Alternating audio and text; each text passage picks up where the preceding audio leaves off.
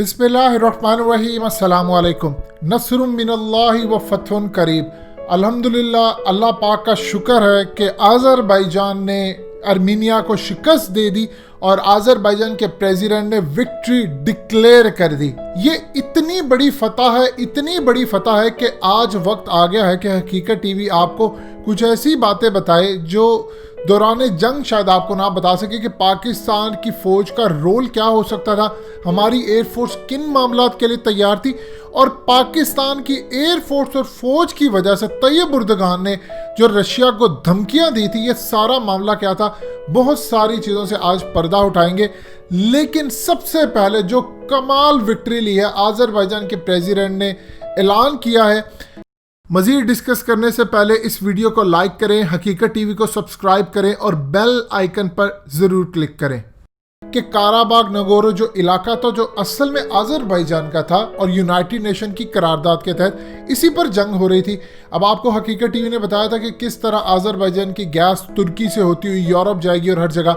अब इस सूरत हाल के अंदर सबसे बड़ी किसी की अगर विक्ट्री हुई है तो वो है तैयब उर्दगान। साबित कर दिया है उस शख्स ने कि वो उम्मत मुस्लिमा का लीडर बन चुका है और कमाल विक्ट्री थी। उसमें पाकिस्तान की फौज का भी उतना ही किरदार था जितना तुर्की का, यानी पाकिस्तान ने जो सपोर्ट की उनको।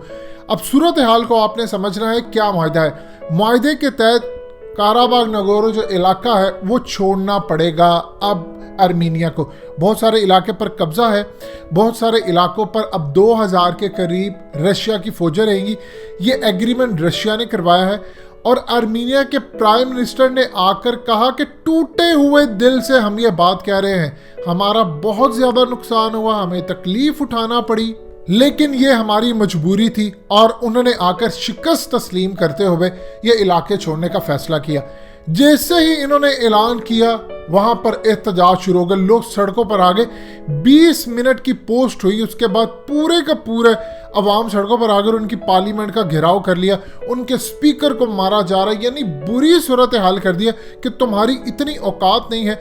देखिए, आज़रबाईजान के 12 से 15 जो ड्रोन्स थे जो इसराइल से उसने खरीदे थे वो मार गिराए थे आर्मीनिया ने, और तब वो विक्ट्री कर रहे थे। लेकिन इस जंग का असल पासा तब पलटता है जब तुर्की इसमें शामिल होता है। तुर्की ने कहा कि हम खड़े रहेंगे। अब तुर्की ने जब ये बात की तो रशिया बीच में, आप जानते हैं कि मामला इतना ख़राब था। कमाल तैयब उर्दगान की कैलकुलेशन थी।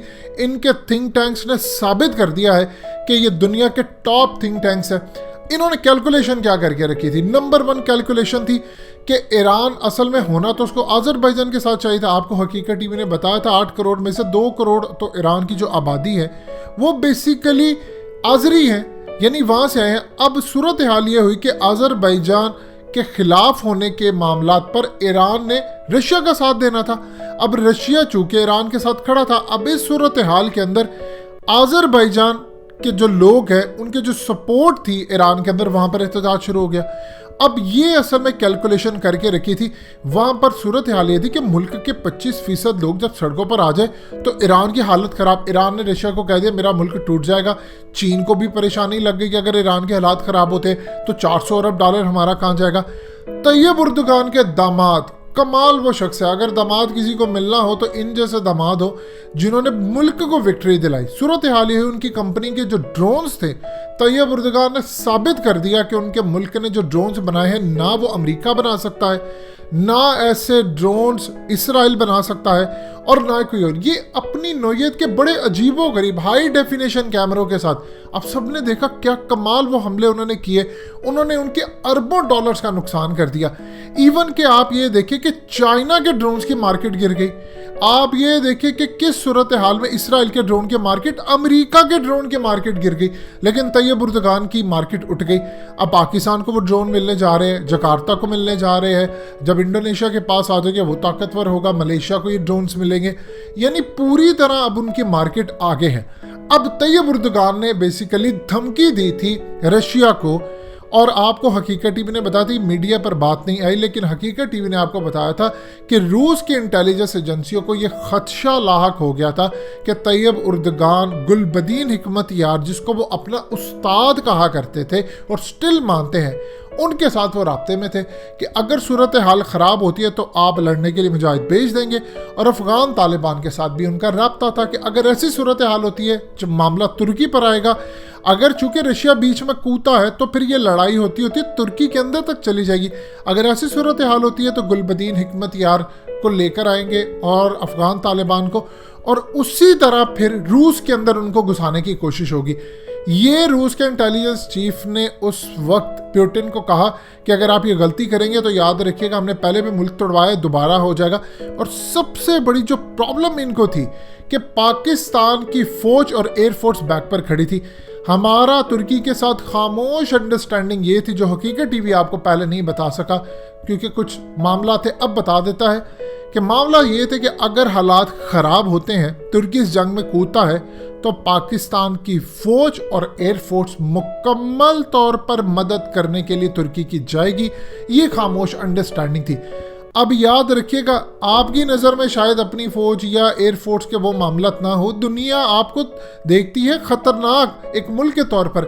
آپ نے سپر پاور کے ٹکڑے ٹکڑے کیے سوویت یونین کے، اور اس صورتحال کے اندر ان کو تھا کہ اگر یہ معاملہ ہو گیا تو پاکستان سے ویسے ہی لوگ بیزار بیٹھے ہیں، وہ لڑنے کے لیے اللہ کی راہ میں نکل جائیں گے اور یہ معاملہ پوری طرح ہمارے ہاتھ سے نکل جائے گا۔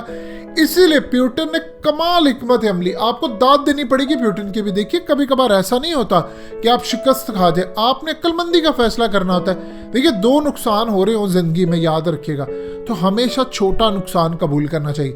یہی پیوٹن نے کیا، اس نے اپنی ایگو پر قابو پایا، محمد بن سلمان کی طرح نہیں اوور سپلائی کر دی تو اپنا ہی بیڑا غرق کر دیا، آئل مارکیٹ کی دھجیاں اڑا دی کہ زیرو پر آئل آ گیا۔ اب اس صورتحال کے اندر پیوٹن نے دیکھا کہ اگر ہم یہاں پر شکست تسلیم کر لیتے ہیں تو اس صورتحال میں معاملہ رک جائے گا، کیونکہ امریکہ، یورپ، تمام روس کے معاملات کے اندر خراب ہو جائے گے۔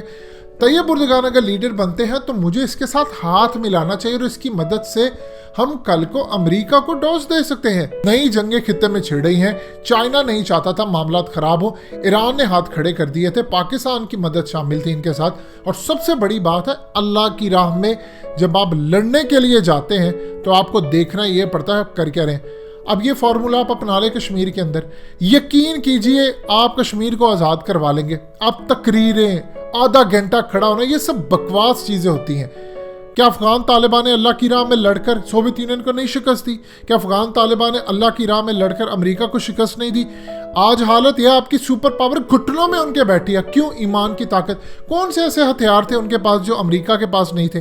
ایک ٹوٹی جوتی انہوں نے پہنی ہوتی تھی، گن ہوتی، لیکن اس میں مدد کون سی ہوتی؟ اللہ فرشتوں کو بھیجتا ہے۔ آپ کو یہ بات سمجھنا پڑے گی، آپ اللہ کی راہ میں جائیں، اتارے فوجیں، تو دیکھیے اللہ آپ کی کیسی مدد کرتا ہے۔ جب تک صحابہ کرام لڑتے رہے اللہ کی راہ کے اندر، فتح ملتی رہی۔ ان کے بعد جو آنے والے تھے انہوں نے جب تک یہ عمل جاری رکھا، ہم نے فتح سمیٹی۔ پرشین امپائر کو ہم نے توڑا، رومن امپائر کو ہم نے توڑا۔ کچھ سوچ سکتا تھا کہ پروفٹ محمد صلی اللہ علیہ وسلم جب آغاز کریں گے اللہ کے دین کی تبلیغ کا تو اس کے بعد وہ وقت بھی آنا تھا کہ پرشین اور رومن امپائر کے ٹکڑے ٹکڑے ہو جاتے۔ کیا فتوحات لی صحابہ کرام نے؟ کیا صحابہ کرام کوئی بہت زیادہ ان کے پاس پیسہ تھا؟ ایسی بات نہیں ہے، لیکن ان کے پاس ایمان تھا۔ ان کو ٹرین کرنے والے پروفٹ محمد صلی اللہ علیہ وسلم تھے۔ نبی پاک صلی اللہ علیہ وسلم جن کی ٹریننگ کی ہے وہ شکست کھا سکتے ہیں۔ یہی رولز آپ کو اپنانے ہیں، آپ کو لڑنا ہے اللہ کی راہ میں۔ آپ لڑیں گے تو آپ کو فتح ملے گی۔ کشمیر یا مذاکرات یا یونائٹڈ نیشن، کہاں گئے یونائٹڈ نیشن کی قراردادیں؟ مارا آذربائیجان نے صرف ترکی کے ڈرونز استعمال کیے۔ آپ کے پاس تو دنیا کی بہترین ایئر فورس ہے کہ آپ صرف بیک پر کھڑے تھے آذربائیجان کے، تو روس جیسی طاقت نے گھٹنے ٹیک دیے۔ آپ جب کھڑے ہوں گے ترکی آپ کے ساتھ ہوگا، افغان طالبان آپ کے ساتھ کھڑے ہوں گے، ایران کھڑا ہوگا، ملیشیا کھڑا ہوگا، چائنا کھڑا ہوگا، روس بھی کھڑا ہوگا۔ دیکھیے آپ کیسے کشمیر کو آزاد کرواتے ہیں، صرف آپ کو لڑنا ہے۔ یہ فارمولا ریپیٹ کریں، انشاءاللہ کشمیر بھی آپ کا ہوگا۔ دوستو حقیقت ٹی وی کو سبسکرائب کرنا مت بھولیے، ویڈیو کو لائک کریں، شیئر کریں اور کمنٹ سیکشن میں اپنی رائے کا اظہار ضرور کریں۔